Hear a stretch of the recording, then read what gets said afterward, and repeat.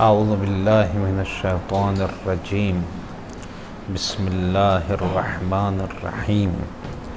الحمد للہ رب العالمین والصلاة والسلام علی اشرف الانبیاء والمرسلین وآلہ الطیبین الطاہرین المعصومین ولعنۃ اللہ علی اعدائہم اجمعین اما بعد فقد قال اللہ تعالی وتبارک فی القرآن الکریم بسم اللہ الرحمن الرحیم ان اللہ یحب التوابین ویحب المتطہرین۔ قرآن مجید میں پروردگار عالم ارشاد فرما رہا ہے کہ بے شک اللہ توبہ کرنے والوں کو اور اپنی طہارت کا خیال کرنے والوں کو دوست رکھتا ہے۔ رسول اسلام کی حدیث مبارکہ ہے کہ ان اللہ جمیل و یحب الجمال، کہ بے شک اللہ پاک و پاکیزہ اور منزہ ہے اور پاک و پاکیزہ لوگوں کو وہ اور خوبصورت چیزوں کو وہ چاہتا ہے۔ ہم ایک انسان ہونے کے ناطے ہماری یہ ذمہ داری ہے کہ ہمیشہ اپنے پاک اور صفائی کا خیال رکھیں۔ انسان جتنا پاک اور اپنی صفائی کا خیال رکھے گا اتنا ہی اس کے لیے بہتر ہے۔ جتنا اپنے آپ کو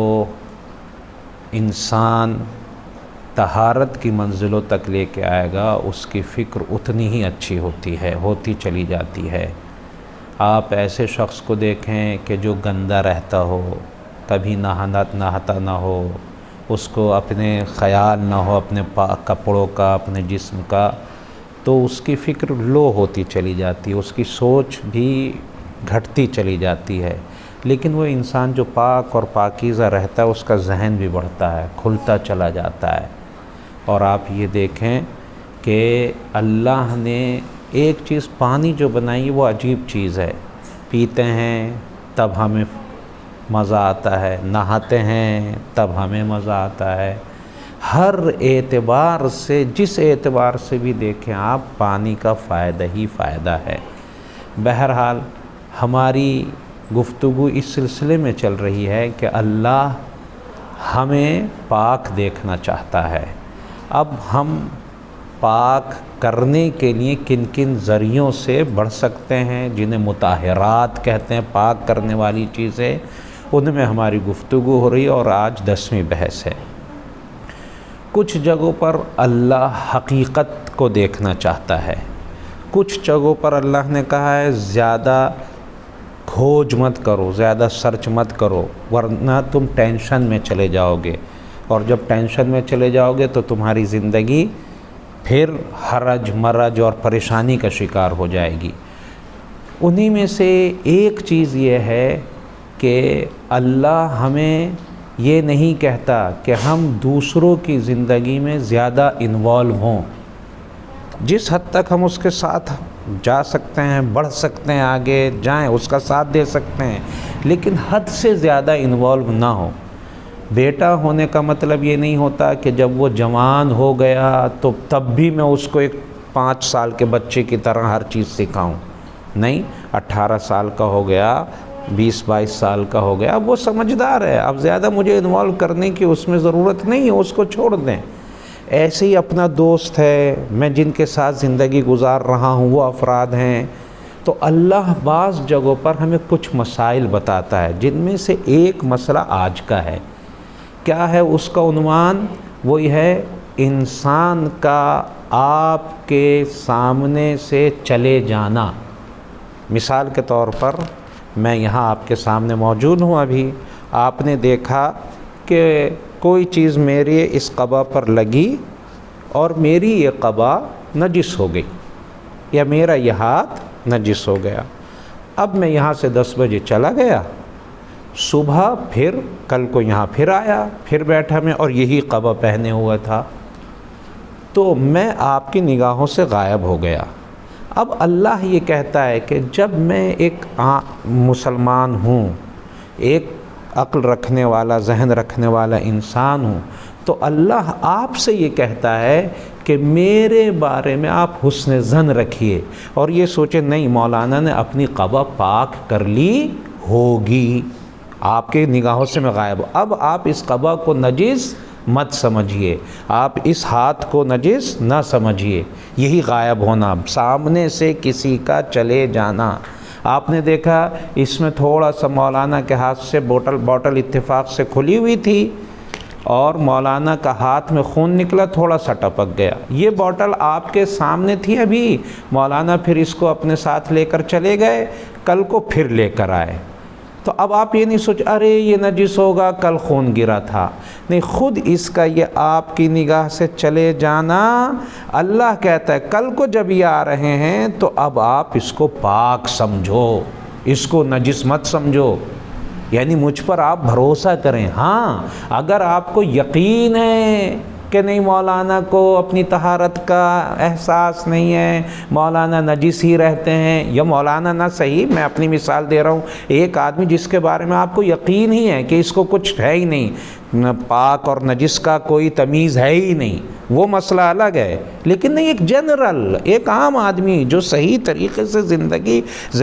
گندی اور پاک کو زندگی سمجھتا ہے، وہ آپ کے سامنے سے گیا، تو اب آپ اس کو شک مت کیجئے کہ ارے یہ وہی پانی ہے، ارے یہ تو نجس کپڑے پہنتے ہیں، ارے ان کا ہاتھ تو ہم نے دیکھا تھا کل کہ یہ نجس ہو گیا تھا۔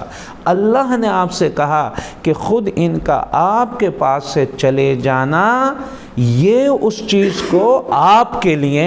پاک کر دیتا ہے۔ شاید میں اب آپ کو اپنی بات سمجھا سکا۔ اب ایک دوسری اور مثال دیتا ہوں میں، کہاں یہ آدمی کو، کہاں پر یہ اپلائی اور زیادہ ہوتا ہے؟ آپ نے کپڑے دھونے کے لیے کسی کو دیے، کپڑے دھونے کے لیے بہت سے آج کل ہوتے ہیں، کارخانے بنا دیے گئے ہیں، کل ایک آدمی لے کے جاتا تھا، آج بھی آپ کسی کو رسید کٹوا کے پیسے دیتے ہیں، کسی کو دیے، آپ کو یہ احتمال ہے کہ نہیں یہ صحیح آدمی ہے، دھوتا ہے، وہ ہوتا ہے، تو اب اللہ کہتا ہے یہ کپڑے کا آپ کے سامنے سے غائب ہو جانا،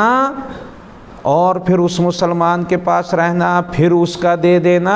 اب آپ شک مت کرو پتہ نہیں 3 مرتبہ دھویا یا نہیں دھویا، پتہ نہیں صحیح سے دھویا یا نہیں دھویا، اب وہ لا کر دے رہا ہے تو آپ کے لیے پاک ہے۔ یہ اللہ ہمیں سکھاتا ہے کہ دوسرے مومن کے بارے میں، دوسرے مسلمان کے بارے میں آپ شک نہ کرو۔ بہت سی چیزیں کیا ہوتی ہیں، ہمیں شک ہی ہوتا ہے، بیوی نے پتہ نہیں برتن صحیح سے پاک کیے نہیں کیے، بیوی نے کپڑے دھوئے یا نہیں دھوئے، بچے نے کچھ، ان ٹینشنوں کا شکار نہیں ہو جاؤ۔ وہ برتن آپ کا غائب ہو گیا آپ کی نگاہ سے، یا آپ گھر سے چلے گئے، اب صحیح طریقے سے رکھا ہے، اب آپ اسے سمجھو پاک ہے وہ آپ کے لیے۔ تو کیا ہوا، پھر میں اس کو وضاحت دوں آپ کو، یہ جو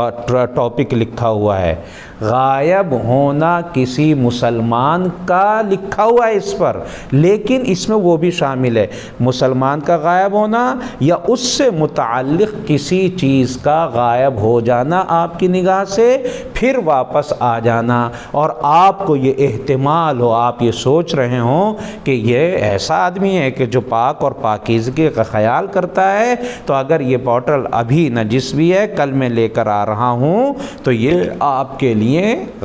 خود اس کا چلے جانا یہ پاکیزگی کا سبب بنتا ہے اللہ کی طرف سے۔ لہٰذا ہمیں شک نہیں کرنا چاہیے، اور ہم کو زندگی اس طرح سے گزارنا چاہیے جس طرح اللہ ہمارا چاہتا ہے۔ لیکن اگر ہم ٹینشنوں میں رہیں گے، اسی شک میں رہیں گے، تو ہم اپڈیٹ اور اپ گریڈ نہیں ہو سکتے۔ کتنا ہمارا پروردگار ہم پر مہربان ہے کہ اس نے ایسے مسائل کو ہم نے سامنے